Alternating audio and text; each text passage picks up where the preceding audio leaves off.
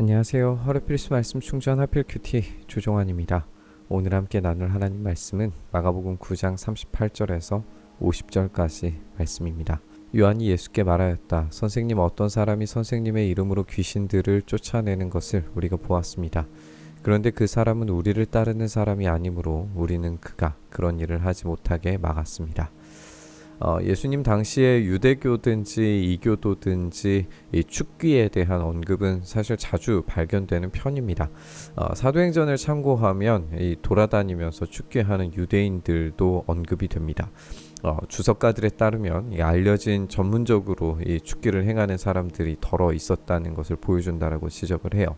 문제는 그들이 예수님의 이름을 사용한다라는 것이었죠. 요한은 어떤 사람이 예수님의 이름으로 귀신을 쫓아내는 것을 봤는데 그 사람은 아마도 이제 제자가 아니었던 걸로 보여요. 그러자 요한이 그런 일을 하지 못하게 막았다라고 보고를 하고 있습니다. 그렇다면 지금 제자가 아닌 사람은 누구길래 예수님의 이름을 사용한 것일까 질문이 들죠. 그가 만약에 제자가 아닐 뿐더러 예수님을 따라다녔던 그 넓은 제자 그룹, 그러니까 70명의 제자에도 속하지 않은 사람이라면 그의 축기 사역을 막은 것은 자연스럽다라고 생각이 될 수도 있어요.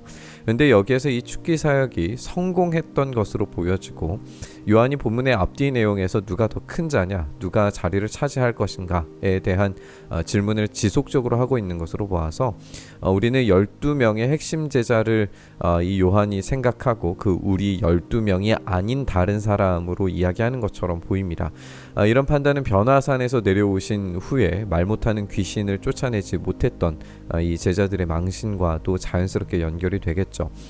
예수님과 독점적으로 연결되고자 하는 욕구가 이 장면에서 드러난다라고 평가를 해볼 수도 있습니다. 그러나 예수께서는 이렇게 말씀하셨다. 막지 말아라. 내 이름으로 기적을 행하고 나서 쉬이 나를 욕할 사람은 아무도 없기 때문이다.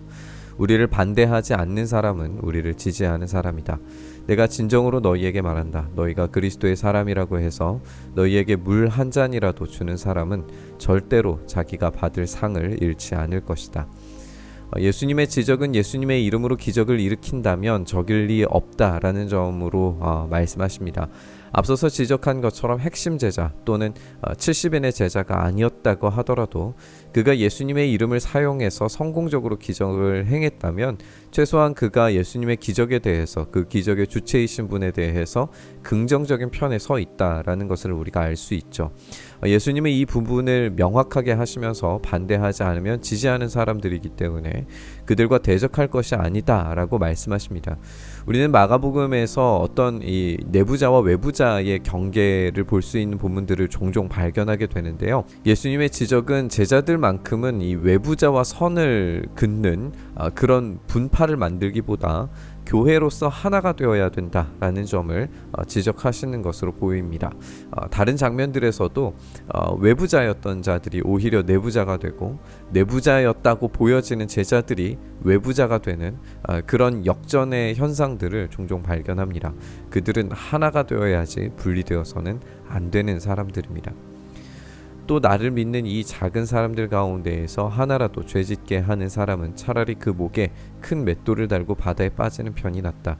내 손이 너를 죄짓게 하거든 그것을 찍어버려라. 내가 두 손을 가지고 지옥에 곧 그 꺼지지 않는 불 속에 들어가는 것보다 차라리 한 손을 잃은 채로 생명에 들어가는 것이 낫다. 내 발이 너를 죄짓게 하거든 그것을 찍어버려라. 내가 두 발을 가지고 지옥에 들어가는 것보다 차라리 한 발은 잃었으나 생명에 들어가는 것이 낫다. 또 내 눈이 너를 죄짓게 하거든 그것을 빼어버려라. 내가 두 눈을 가지고 지옥에 들어가는 것보다 차라리 한 눈으로 하나님의 나라에 들어가는 것이 낫다. 지옥에서는 그들을 파먹는 구더기들도 죽지 않고 불도 꺼지지 않는다. 오늘 본문에서 죄짓게 하는 사람은 원어로 스캔들의 어원이 되는 스칸달리조가 반복적으로 사용이 됩니다. 이 단어는 변절을 뜻하는 단어로 종종 사용이 되는데요. 따라서 여기에서 죄짓게 하는 사람이라는 것은 다른 사람의 제자도를 방해하고 무력하게 만들어서 예수님으로부터 변절하게 만드는 사람이라고 그렇게 읽는 것이 좋겠습니다.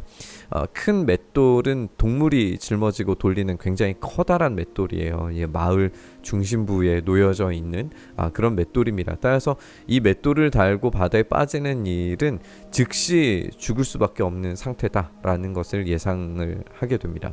이어지는 진순들은 남을 스캔들에 빠지게 만드는 것이 아니라 스스로 스캔들에 빠지게 만드는 것들에 대한 것이 등장을 합니다.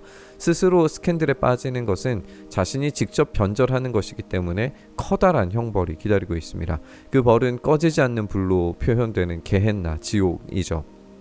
이 게헨나, 흰놈의 골짜기를 어원으로 하는 이 장소는 예루살렘의 쓰레기 더미가 계속해서 불탔던 그런 곳입니다. 그런 장소에 떨어지는 것은 파멸이고 쓰레기 폐기장과 같이 더럽고 오염으로 가득 찬 곳에 버림받았다라는 그런 의미를 가지고 있습니다.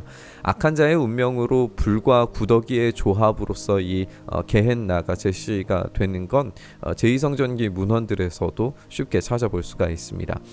스캔들에 빠지게 만드는 요소들은 외부가 아니라 내부에 있는 경우를 더 크게 보여주죠. 스스로 이 손과 발, 눈이 스캔들에 빠지게 만들 수 있습니다. 예수님은 지옥에 들어갈 바에야 차라리 잘라버리라 라고 말씀을 하세요.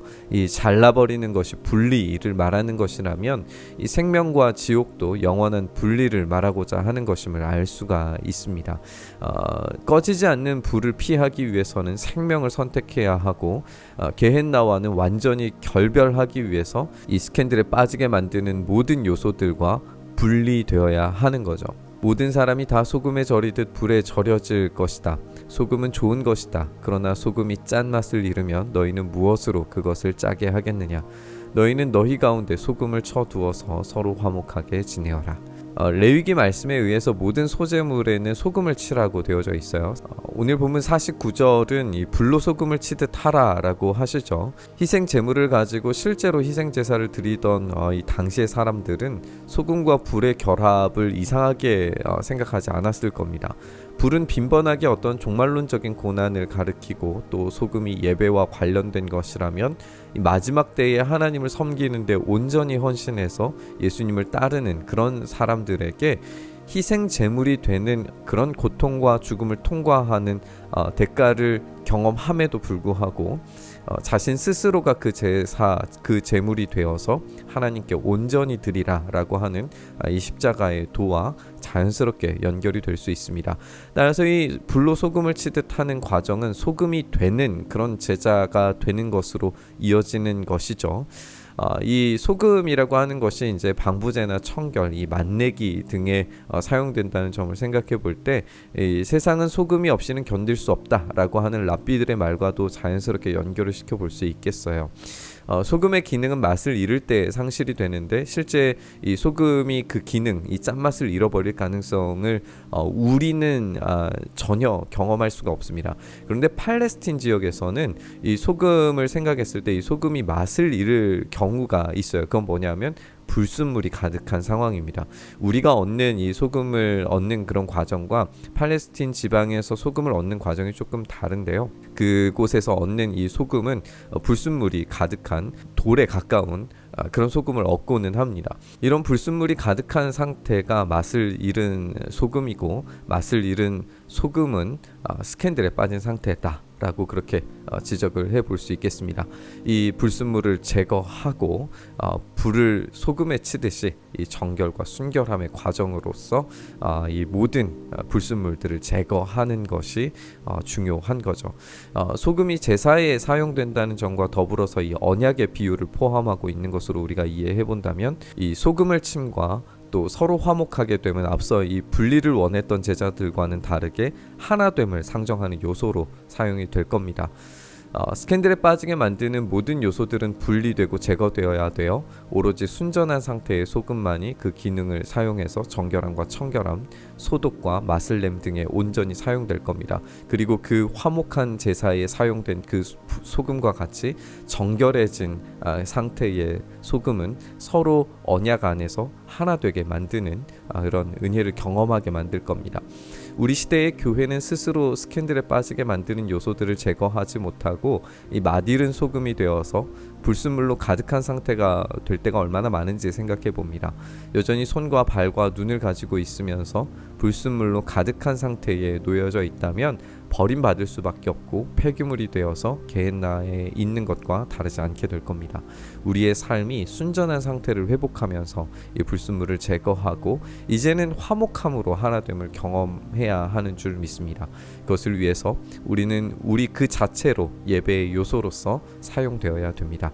그런 순전한 예배자로 살아감으로써 우리의 불순물들을 분리시키고 제거함으로써 정말 짠맛을 내는 세상에 그런 가치 있는 교회들이 되기를 간절히 바라고 소망하면서 우리 묵상의 자리로 나아가시죠. 주님, 그렇게 우리가 불순물이 제거된 참된 소금의 역할을 감당해서 이 땅 가운데 참된 화목함을 제공할 수 있는 참된 교회로 그렇게 세워지기를 간절히 소망합니다. 그것을 위해서 우리가 제사로서 제물로서 사용되길 원하오니 우리를 사용하셔서 그 일에 합당한 자들로 세워지게 하여 주시옵소서. 일행하시길 소망하며 우리 주님 예수님 이름으로 기도드리옵나이다. 아멘.